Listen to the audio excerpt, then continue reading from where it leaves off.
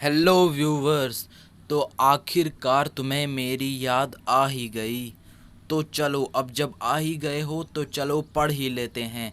तो आज की इस वीडियो में हम पढ़ेंगे क्लास 8 का 17 चैप्टर के क्वेश्चन आंसर हम करेंगे। और चैप्टर का नाम है तारे एवं सौर परिवार। तारे यानी कि स्टार्स, सौर परिवार यानी कि जो सोलर सिस्टम होता है, सोलर फैमिली यानी कि सोलर सिस्टम की जितनी भी फैमिली होती है, जो कुछ उसके अंदर आते हैं, उस सब चीज़ के बारे में इस चैप्टर में बताया गया है। तो आज हम इसी चैप्टर की एक्सरसाइज करेंगे। अगर आपने इस चैप्टर की जो एक्सप्लेनेशन है वो आपने अभी तक समझा नहीं है, तो आप उसको चैनल में जाके मॉडर्न मास्टर जी के चैनल में प्लेलिस्ट में जाकर आप चेक कर सकते हैं। और मैं उसकी लिंक आपको यहाँ डिस्क्रिप्शन बॉक्स में भी दे दूँगा। आप वहाँ जाकर सीधा पहले इस चैप्टर को समझ सकते हैं कि इस वीडियो के अंदर आखिर बताया क्या गया है। तो चलो, अगर अभी तक आपने मॉडर्न मास्टर जी को सब्सक्राइब नहीं किया है तो जल्दी से मॉडर्न मास्टर जी को सब्सक्राइब कर दो और बेल आइकन भी दबा दो, ताकि आने वाली हर वीडियो की नोटिफिकेशन सबसे पहले आप तक पहुंचे। तो चलो, बिना किसी देरी के हम चैप्टर शुरू करते हैं। इस चैप्टर के अंदर पहला क्वेश्चन आपके पास आता है, प्रश्न 1 से 3 में से सही उत्तर का चयन करें। तो प्रश्न 1 से क्या करना है, आपको कुछ 3-4 ऑप्शन दिए गए हैं, उनमें से आपको सही आंसर पे टिक करना है, यानी कि राइट का ऑप्शन लगाना है उस पर। तो निम्नलिखित में से कौन सा परिवार का सदस्य नहीं है, कौन सा सौर परिवार का सदस्य नहीं है। तो यहाँ पर क्या है, शूद्र ग्रह, उपग्रह, तारामंडल या धूमकेतु। तो इनमें से कौन सा क्या है, सौर परिवार का सदस्य नहीं है। तो इसमें से होगा तारामंडल। तारामंडल क्या है, ये परिवार का सदस्य नहीं है।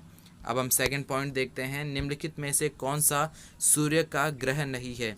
अब इनमें से क्या है, निम्नलिखित में से कौन सा सूर्य का ग्रह नहीं है। तो यहाँ पर आपका सीरियस होगा। सीरियस क्योंकि ये क्या है, हम आपको पता होगा Mercury, Venus, Earth, Mars, Jupiter, Saturn, Uranus, Neptune. तो सीरियस क्या होता है, सीरियस एक कॉन्स्टलेशन होता है, एक संग्रह होता है। जो तारे होते हैं वो एक तरह की आकृति बनाते हैं, उसे सीरियस बोलते हैं हम।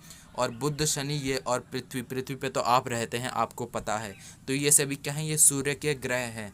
लेकिन सीरियस ये नहीं है, ये ग्रह नहीं है। अब यहाँ पर है, चंद्रमा की कलाओं के घटने का कारण यह है कि जो चंद्रमा क्या होता है, कभी छोटा होता है कभी बड़ा होता है, उसकी जो कलाएं होती हैं उनके घटने का कारण क्या होता है। तो यहाँ पर 4 ऑप्शन दिए गए हैं। हम चंद्रमा का केवल वह भाग देख पाते हैं जो हमारी को प्रकाश को परिवर्तित करता है, जो हमारी ओर क्या करता है, जो प्रकाश होता है उसको परिवर्तित करता है। तो इसमें यही पॉइंट सही होगा, क्योंकि और में क्या है, हमारी चंद्रमा से दूरी परिवर्तित होती है, ये बात सही है। लेकिन इससे ये डिफाइन नहीं होता है कि वो हमें जो है उसकी कलाएं हमें क्यों दिखती हैं घटते हुए। तो इसमें जो कौ वाला है वो आपका सही होगा, क्योंकि जो वो होता है, चंद्रमा होता है, उसका सिर्फ वही भाग हमको दिखाई देता है जो हमारी ओर प्रकाश को परिवर्तित करता है। अब हम फोर्थ क्वेश्चन देखते हैं। इसमें आपको फिल इन द ब्लैंक्स दिए गए हैं। फोर्थ क्वेश्चन में रिक्त स्थानों की पूर्ति कीजिए। तो इसमें क है, सूर्य से सबसे अधिक दूरी वाला ग्रह। सबसे अधिक दूरी वाला ग्रह कौन सा है, नेपच्यून है। नेपच्यून ग्रह क्या होता है, सबसे दूर होता है सूर्य से। और अब यहाँ पर ख है, वर्ण में रक्ताभ प्रतीत होने वाला ग्रह। क्या है, वर्ण में रक्ताभ प्रतीत होने वाला ग्रह कौन सा है, मंगल। मंगल क्या होता है, ये वर्ण में कैसा होता है, रक्ताभ प्रतीत होता है हमें। और अब हम गौ देखते हैं, तारों के ऐसे समूह को जो कोई पैटर्न बनाता हो उसे हम क्या कहते हैं, तारामंडल कहते हैं। अब इसको इंग्लिश में कहते हैं इसे कॉन्स्टलेशन, स्टार्स कॉन्स्टलेशन। तो ये इसे क्या हिंदी में क्या कहते हैं, जो तार क्या बनाते हैं, एक आपने सुना होगा वो बनाते हैं सप्तऋषि मंडल बनाते हैं, उसमें 7 तारे होते हैं, तो वो भी क्या है, एक तारामंडल है। तो इसको क्या कहते हैं, तारों का ऐसा समूह जो कोई पैटर्न बनाता हो उसे हम तारामंडल कहते हैं। अब ग्रह है, ग्रह की परिक्रमा करने वाला खगोलीय पिंड को क्या कहते हैं, उपग्रह कहते हैं। अब क्या करता है, सूर्य की चक्कर क्या करते हैं, ग्रह करते हैं, और जो उपग्रह होते हैं वो ग्रहों के चक्कर करते हैं। अब यहाँ पर हम आगे देखते हैं, शूटिंग स्टार वास्तव में डैश नहीं होते। जो शूटिंग स्टार होते हैं वो वास्तव में क्या नहीं होते, वो वास्तव में तारे नहीं होते हैं शूटिंग स्टार। तो यहाँ पर आप लिखेंगे, यहाँ पर आप तारा लिखेंगे। अब हम चौ देखते हैं। तो चौ में क्या दिया गया हमें, क्षुद्र ग्रह डैश तथा डैश की कक्षाओं के बीच पाए जाते हैं। तो क्षुद्र ग्रह किसकी कक्षाओं के बीच में पाए जाते हैं? मंगल तथा बृहस्पति की जो कक्षाएं होती है उनके बीच में इनकी एक क्या होती है? एक कक्ष घूम रहा होता है, इनका एक गोल छल्ले के टाइप में होता है, तो उसमें ये घूम रहे होते हैं। ये मंगल और बृहस्पति ग्रह के बीच में होते हैं। अब हम फिफ्थ क्वेश्चन देखते हैं। इसमें हमें ट्रू फॉल्स दिए गए हैं। तो ध्रुव तारा को सौर परिवार का सदस्य है। जो ध्रुव तारा होता है वो क्या सौर परिवार का सदस्य होता है? नहीं, ये फॉल्स होगा आपका। ध्रुव तारा क्या होता है? सौर परिवार का सदस्य नहीं होता। अब दूसरा क्वेश्चन है इसमें, बुध सौर परिवार का सबसे छोटा ग्रह है। जो बुध होता है वो सौर परिवार का क्या होता है? सबसे छोटा ग्रह होता है, तो ये ट्रू है। जो बुध होता है वो सबसे छोटा ग्रह होता है। और यूरेनस सौर परिवार का दूरतम ग्रह है। नहीं, ये अभी आपने पढ़ा था, नेपच्यून होता है सबसे दूरतम ग्रह। तो यहाँ पर क्या है? यूरेनस सौर परिवार का सबसे दूरतम ग्रह है। नहीं, तो यहाँ पर आप लिखेंगे फॉल्स, तो यहाँ पर आएगा फॉल्स। अब हम घौ देखते हैं। तो घौ में क्या दिया गया है हमें? इनसेट, INSAT एक कृत्रिम उपग्रह है। जो इनसेट होता है वो क्या है? एक कृत्रिम उपग्रह है, तो ये ट्रू है। जो इनसेट होता है वो एक कृत्रिम उपग्रह है। और हमारे सौर परिवार में 9 ग्रह होते हैं, तो ये फॉल्स है। पहले था 9 ग्रह थे जिसे भी प्लूटो माना जाता है, आपने सुना होगा। तो प्लूटो क्या होता है? प्लूटो अपनी एक्सिस पे कभी नहीं घूमता, उसकी एक्सिस चेंज होती रहती है। वो एक क्या होता है? रेगुलर एक्सिस में नहीं घूमता है, इर्रेगुलर एक्सिस में घूमता है। तो इसे क्या लिखेंगे हम? फॉल्स लिखेंगे, क्योंकि 8 ही उपग्रह हैं अभी। और ओरियन क्या होता है? तारामंडल केवल दूरदर्शक द्वारा देखा जा सकता है। जो ओरियन तारामंडल है उसे केवल हम दूरदर्शक द्वारा देख सकते हैं, तो ये क्या है? ये फॉल्स है, क्योंकि हम उसे वैसे भी देख सकते हैं ओरियन को, तारे तो हमें वैसे ही दिख जाते हैं, तो ये फॉल्स होगा। तो अब हम इसमें देखते हैं सिक्स्थ क्वेश्चन में, स्तंभ ए के शब्दों का स्तंभ 2 के एक या अधिक पिंड या पिंडों के समूह से उपयुक्त मिलान कीजिए। अब हमको यहाँ पर मैच द फॉलोइंग दिए गए हैं और हमें जो स्तंभ 1 है उसको स्तंभ 2 से मिलाना है। तो इसमें पहला पॉइंट है हमारे पास आंतरिक ग्रह। तो आंतरिक ग्रह में आएगा हमारा पृथ्वी और मंगल। ये क्या है? ये आंतरिक ग्रह हैं। और बाह्य ग्रह यानी कि शनि, ये क्या है? ये बाह्य ग्रह हैं। और तारामंडल यानी कि ओरियन सप्तऋषि, ये क्या है? ये तारामंडल हैं। ओरियन और सप्तऋषि तारामंडल हैं। और पृथ्वी का उपग्रह आपको पता है एक ही है और उसका नाम है चंद्रमा। पृथ्वी का सिर्फ एक उपग्रह है जिसका नाम है चंद्रमा। ओरियन और सप्तऋषि क्या आपने देखा है? अगर नहीं देखा तो मैं अभी आपको एक डायग्राम बताऊंगा, उसमें आपको ओरियन और सप्तऋषि दिखाया गया है। अब हम 7वां क्वेश्चन देखते हैं। अगर शुक्र संध्या तारे के रूप में दिखाई दे रहा है तो आप इसे आकाश के किसी भाग में पाएंगे। अब क्या है? अगर आपको बताया गया है कि अगर शुक्र एक ग्रह है, वो संध्या तारे के रूप में दिखाई दे रहा है, यानी कि शाम के टाइम में वो हमें तारे के रूप में दिखाई दे रहा है, तो आप इसे आकाश के किस भाग में पाएंगे? तो हमें ये कौन से भाग में पाएगा आकाश के? तो वो होगा पश्चिम भाग में। अब 8वां क्वेश्चन देखते हैं हम। सौर परिवार के सबसे बड़े ग्रह का नाम लिखिए। अब सौर परिवार का सबसे बड़ा ग्रह कौन सा है? बृहस्पति। ये सभी चीज़ें आपने जो इस चैप्टर की जब आपने एक्सप्लेनेशन पढ़ी होगी तो उस टाइम आपको ये सभी चीज़ें होंगी। अगर मैं अभी आपको एक एक पॉइंट अगर इसमें डिटेल से बताऊंगा तो वीडियो काफ़ी लेंथी हो जाएगी। तो आप इस चैप्टर को पहले पढ़ें, उसके बाद आप एक्सरसाइज करें। तो अगर आपने चैप्टर अभी तक पढ़ा नहीं है, एक्सप्लेनेशन उसकी नहीं देखी है, तो आप डिस्क्रिप्शन में जाकर उसकी एक्सप्लेनेशन देख सकते हैं। वहाँ पर मैंने आपको एक लिंक दी है, या फिर आप सर्च कर सकते हैं class 8 chapter 17 by modern master ji. तो अभी आप यहाँ पर सिर्फ क्वेश्चन और आंसर्स यानी कि एक्सरसाइज देखें। तो अब हम 9वां क्वेश्चन देखते हैं। तारामंडल क्या होता है? अब यहाँ पर हमारे पास क्वेश्चन है कि तारामंडल क्या होता है, किन्हीं 2 तारामंडलों के नाम लिखिए। तो तारों का ऐसा समूह जो कोई पैटर्न बनाता है। अब तारामंडल किसे कहते हैं? कि तारों का कुछ ऐसा समूह जो कि एक पैटर्न बना रहा है, कोई एक आकार बना रहा है, जैसे कि सप्तऋषि और ओरियन है। तो इसमें आप इन दोनों के एग्जाम्पल देख सकते हैं। सप्तऋषि और ओरियन तारामंडल के उदाहरण हैं। अभी मैं आपको सप्तऋषि और ओरियन का क्या करेंगे, हम इनकी एक फ़ोटो देखेंगे, इनका एक एग्जाम्पल देखेंगे, उससे हमें समझ में आ जाएगा कि सप्तऋषि और ओरियन किस तरह होता है।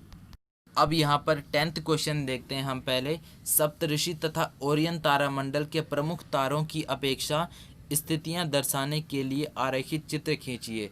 अब हमें क्या करना है, सप्तऋषि तथा जो ओरियन तारामंडल है उसके जो प्रमुख तारे हैं उनकी अपेक्षिक क्या करना है, हमें स्थितियां दर्शाने के लिए हमें एक चित्र बनाना है। तो सप्तऋषि और ओरियन तारामंडल का हम चित्र देखते हैं। तो ये देख सकते हैं आप यहाँ पर, यह है ओरियन और यह है सप्तऋषि मंडल। तो आप यहाँ पर देख सकते हैं ओरियन किस तरह का है। ये एक आदमी की तरह ऐसे लग रहा है, कोई कवच पहन कर आदमी खड़ा है और इसमें ऐसा दिखाया जाता है इसके हाथ में धनुष है और ये तीर चला रहा है। तो ओरियन कुछ इस तरह का दिखाई देता है और सप्तऋषि मंडल कुछ इस तरह का दिखाई देता है, एक चम्मच की तरह इसका आकार होता है, यहाँ पर आप देख सकते हैं। और सप्तऋषि मंडल एक साथ आसमान में चार चार दिखाई देते हैं और इनकी पोजीशन आप अगर इनको देखना चाहते हैं तो आप पहले एक्सप्लेनेशन वीडियो देखिए, उसमें मैंने समझाया है कि आप इनको किस तरह से देख सकते हैं आसमान में। और ये एक साथ चार चार दिखाई देते हैं क्योंकि ये आसमान में एक अकेला नहीं होता है, ये चार चार एक साथ होते हैं। तो चलो अब हम आगे एक्सरसाइज देखते हैं। अब हम 11th क्वेश्चन देखते हैं। ग्रहों के अतिरिक्त सौर परिवार के अन्य 2 सदस्यों के नाम लिखिए। अब ग्रहों के अतिरिक्त क्या करना है, हमें सौर परिवार के अन्य 2 सदस्यों के नाम लिखने हैं। तो उल्का और धूमकेतु, ये सभी क्या हैं, ये सौरमंडल में ग्रहों के अतिरिक्त जो अन्य सदस्य हैं उनके नाम है। एक उल्का हो गया, एक धूमकेतु हो गया। अब हम 12th क्वेश्चन देखते हैं। व्याख्या कीजिए कि सप्तऋषि की सहायता से ध्रुव तारे की स्थिति आप कैसे ज्ञात करेंगे। तो अब आप यहाँ पर देख सकते हैं सप्तऋषि की सहायता से आप ध्रुव तारे की स्थिति कैसे ज्ञात करेंगे। तो यहाँ पर आपके पास इसका आंसर होगा, सप्तऋषि की सहायता से ध्रुव तारे की स्थिति ज्ञात करने के लिए पहले हम रात में स्वच्छ आकाश में सप्तऋषि की पहचान करेंगे। तो पहले क्या करना है, आपको सप्तऋषि मंडल की पहचान करनी है। उसके बाद तत्पश्चात इसके सिरों के जो 2 तारे से गुजरने वाली एक सख्त रेखा की कल्पना करेंगे और इस रेखा को उत्तर दिशा की तरफ आगे बढ़ाने पर यह रेखा एक ऐसे तारे पर पहुंचेगी जो अधिक चमकीला नहीं होगा। यही ध्रुव तारा है जो अधिक चमकीला नहीं होगा। ध्रुव तारा होता है वो क्या होता है, वो अधिक चमकीला नहीं होता। चमकीला तो होता है, काफ़ी होता है, लेकिन इतना ज़्यादा नहीं होता है। सबसे चमकीला तारा कौन सा होता है, सबसे चमकीला तारा होता है सीरियस। तो अब हम आगे देखते हैं। तो अब मैं आपको डायग्राम के तरह से बताता हूँ कि आप किस तरह देखेंगे। ये जब आप सप्तऋषि मंडल ढूंढ लेंगे, अगर आप कोई सा भी ढूंढ लेंगे तो उसके जो अंत के 2 तारे हैं उनसे आप सीधा अगर एक सीधा रेखा की कल्पना करेंगे तो आपको यहाँ पर एक दिखाई देगा। अगर आपको चारों मिल जाएं तो आप सेम डिस्टेंस में देख सकते हैं, आपको बीच में जो तारा दिखाई देगा वो क्या होगा, वही आपका ध्रुव तारा होगा। अब यहाँ पर आपके पास 13 क्वेश्चन है। क्या आकाश में सारे तारे गति करते हैं, व्याख्या कीजिए। अब जो आसमान में जितने भी हमें तारे दिखाई देते हैं क्या वो गति करते हैं, यानी कि वो एक जगह से दूसरी जगह पर क्या जाते हैं, नहीं। तो सारे तारे गति नहीं करते। उदाहरण स्वरूप ध्रुव तारा अन्य तारों के समान गति नहीं करता। अब जो सारे तारे होते हैं वो गति नहीं करते, कुछ तो करते हैं, लेकिन उदाहरण के लिए हम देखते हैं ध्रुव तारा अन्य तारों के समान गति नहीं करता, यानी कि इतना हल्के गति करता है कि हमें पता भी नहीं चलता है। अब हम अगला क्वेश्चन देखते हैं। 14 क्वेश्चन है हमारे पास। तारों के बीच की दूरियों को प्रकाश वर्ष में क्यों व्यक्त करते हैं। अब जो तारों के बीच की जो दूरी होती है उसे हम प्रकाश वर्ष में क्यों व्यक्त करते हैं। इस कथन से क्या तात्पर्य है कि कोई तारा पृथ्वी से 8 प्रकाश वर्ष दूर है। अब इस चीज़ से क्या तात्पर्य है, आपने सुना होगा कि कोई तारा बोलते हैं कि हमसे 4 वर्ष दूर है, तो इससे क्या मतलब निकलता है। तो यहाँ पर आपसे पूछा है कि इस कथन से क्या तात्पर्य है कि कोई तारा पृथ्वी से 8 प्रकाश वर्ष दूर है। तो अब हम इसका आंसर देखते हैं। हम जानते हैं कि तारे पृथ्वी से बहुत अधिक दूर हैं। हम क्या जानते हैं, जो तारे होते हैं वो पृथ्वी से बहुत ज़्यादा दूर होते हैं और इसी दूरी को किलोमीटर में मापना आसान नहीं है।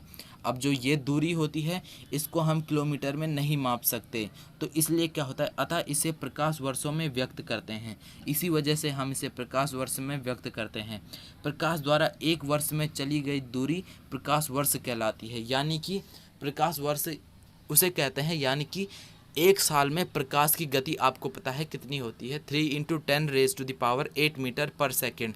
तो इतनी स्पीड से प्रकाश जो जितनी दूरी एक साल में तय करता है उसको हम एक प्रकाश वर्ष बोलते हैं। जो कई तारे होते हैं, तो यहाँ पे आपसे लिखा है कि इस कथन का क्या तात्पर्य है कि कोई तारा पृथ्वी से 8 प्रकाश वर्ष दूर है, यानी कि उस तारे से पृथ्वी पर प्रकाश आने में 8 वर्ष लगते हैं। तो आप सोच सकते हैं कि वो तारा पृथ्वी से कितना दूर है। अब यहाँ पर 15 क्वेश्चन है, बृहस्पति की त्रिज्या पृथ्वी की त्रिज्या की 11 गुनी है। अब जो बृहस्पति ग्रह है सबसे बड़ा ग्रह है हमारे सौर परिवार का, इसमें क्या है, इसकी त्रिज्या पृथ्वी से 11 गुना है। बृहस्पति तथा पृथ्वी के आयतनों का अनुपात परिकलन कीजिए। अब आपको पृथ्वी और बृहस्पति के जो आयतन हैं उनका अनुपात निकालना है। तो बृहस्पति में कितनी पृथ्वियाँ समा सकती हैं, यानी कि आपको बताना है कि पृथ्वी जैसे हम कितने पृथ्वी मिलाएं कि हमारा एक बृहस्पति बन जाए। तो उसमें क्या करेंगे, हम करेंगे, माना कि पृथ्वी की त्रिज्या क्या है, r है, और बृहस्पति की त्रिज्या 11r है। तो उसी तरह क्या हो जाएगा, पृथ्वी का आयतन बराबर हो जाएगा 4/3 πr³ और बृहस्पति का आयतन हो जाएगा 4/3 π11r³। क्योंकि आपने देखा r क्या है, पृथ्वी की त्रिज्या क्या है, आपने देखा था r है, और बृहस्पति की त्रिज्या क्या है, 11r है। तो इससे हम क्या बता सकते हैं, आयतन का फॉर्मूला क्या होता है, 4/3 πr³। तो इसमें क्या होगा, पृथ्वी की त्रिज्या तो r ही है, तो इसलिए r ही आएगी।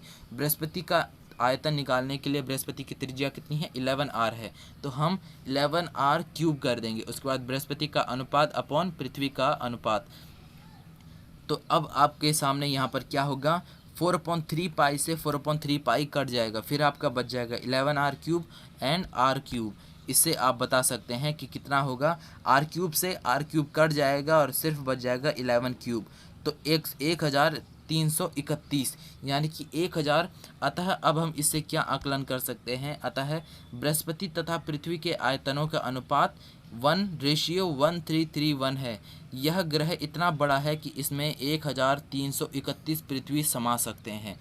ये जो ग्रह है वो इतना बड़ा है कि इसमें अगर हम पृथ्वी जैसे ही 1331 पृथ्वी बनाएंगे, उसके बाद एक बृहस्पति ग्रह बनेगा। तो आप सोच सकते हैं कि वो कितना बड़ा है, यानी कि वो तो सोचना भी नामुमकिन है, क्योंकि हम पृथ्वी भी नहीं सोच सकते कितनी बड़ी है पृथ्वी। आप सोचें कितनी बड़ी है, उसके बाद ऐसे ही 1331 हम पृथ्वी मिलाएंगे तो फिर कितना बड़ा ग्रह बनेगा। अब यहाँ पर 16 क्वेश्चन है, बूझो ने सौर परिवार का निम्नलिखित आरेख खींचा, क्या यह आरेख सही है, यदि नहीं है तो इसे संशोधित कीजिए। अब बूझो ने क्या किया, एक सौर परिवार का उसने एक निम्नलिखित जो चित्र आपको नीचे दिया गया है वो उसने बनाया। तो अब आपको बताना है कि क्या यह आरेख सही है, यदि नहीं है तो इसे ठीक कीजिए, संशोधित कीजिए। तो अब हम देखते हैं बूझो ने क्या बनाया। बूझो ने बनाया, देखो बूझो ने बीच में क्या बनाया, ये सन है। उसके बाद क्या बनाया उसने, बुध, मंगल, उसके बाद पृथ्वी, शुक्र, उसके बाद बृहस्पति, फिर शनि, फिर नेपच्यून, फिर यूरेनस। तो अब हम इसको सही करते हैं तो इसको क्या होगा, यह आलेख सही नहीं है, क्योंकि आप देख सकते हैं इसमें बहुत गलतियां हैं। इसने लास्ट में कौन से प्लेनेट को डाला है, इसने लास्ट में हमें पता है नेपच्यून होता है, लेकिन इसने लास्ट में यूरेनस को डाला है, और यूरेनस की जगह पे क्या डाल दिया, नेपच्यून डाल दिया। तो ये था आपका 17 चैप्टर यानी कि तारे एवं सौर परिवार का क्वेश्चन आंसर, यानी कि उसकी एक्सरसाइज। और अगर आपको ये वीडियो समझ में आई तो वीडियो को लाइक करें और मॉडर्न मास्टर जी को सब्सक्राइब करें, बेल आइकन भी दबा दें ताकि आने वाली हर वीडियो की नोटिफिकेशन सबसे पहले आप तक पहुँचे। और अगर आपका कोई भी डाउट है जो कि आपका क्लियर नहीं हो पाया तो आप कमेंट सेक्शन में बता सकते हैं, या फिर आप मॉडर्न मास्टर जी के जो पर्सनल ऑफिशियल साइट्स हैं, सोशल मीडिया साइट्स हैं, उन पर आप मॉडर्न मास्टर जी को फॉलो करें। मैंने आपको इंस्टाग्राम और फेसबुक ग्रुप की लिंक डिस्क्रिप्शन बॉक्स में दी है, या फिर आप चैनल के अबाउट में जाकर वहां पर देख सकते हैं। आप वहां पर जाकर मॉडर्न मास्टर जी को इंस्टाग्राम और फेसबुक ग्रुप पर फॉलो करें, और वहां पर आप पर्सनली मॉडर्न मास्टर जी से चैट भी कर सकते हैं। तो फिर आओ यार, काफ़ी मज़ा आएगा। आओ इंस्टाग्राम पे फॉलो करो और उसके बाद हम चैट करते हैं। और अगर आपको कोई भी पर्सनली डाउट है, कोई भी चैप्टर, किसी भी चैप्टर से रिलेटेड अगर आपको कोई भी डाउट है तो आप वहाँ पर पर्सनली क्लियर कर सकते हैं। तब तक के लिए पढ़ते रहें और मॉडर्न मास्टर जी का नाम भी रोशन करें।